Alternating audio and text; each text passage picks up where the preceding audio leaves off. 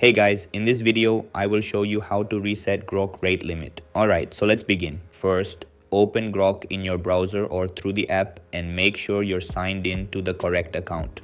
If the rate limit message appears, that means the system is temporarily restricting requests to manage resources, which is completely normal. The most reliable solution is to wait for the automatic reset.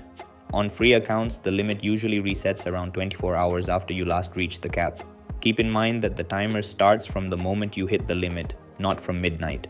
Because of that, repeatedly sending requests won't speed up the process and may simply keep you waiting longer. Sometimes the message remains visible because of a stuck session. In that case, try refreshing your session, completely close the Grok tab or app, reopen it, sign back into your account, and then try your request again. This creates a fresh session and can often clear temporary issues without having to wait for the full reset period. If you frequently run into the rate limit and need more capacity, open Grok and click on your profile icon in the bottom left corner. From there, you can view your account details and check which plan you're currently using. This is a good way to confirm your current usage before deciding whether to make any changes. Next, select the option to upgrade your plan. Higher tier plans provide larger usage limits and reduce the chances of being rate limited. Be sure to review the available plans carefully and choose the one that best fits your typical workload. If you only reach the limit occasionally, staying on the free plan and waiting for the automatic reset may be enough. However, if you're working on time-sensitive projects, upgrading can help you avoid interruptions and maintain a smoother workflow. In most cases, simply waiting and starting a fresh session is enough to resolve the issue, and that's it. This is how you can reset Grok rate limit. That's all for this video. See you in the next one. Thanks.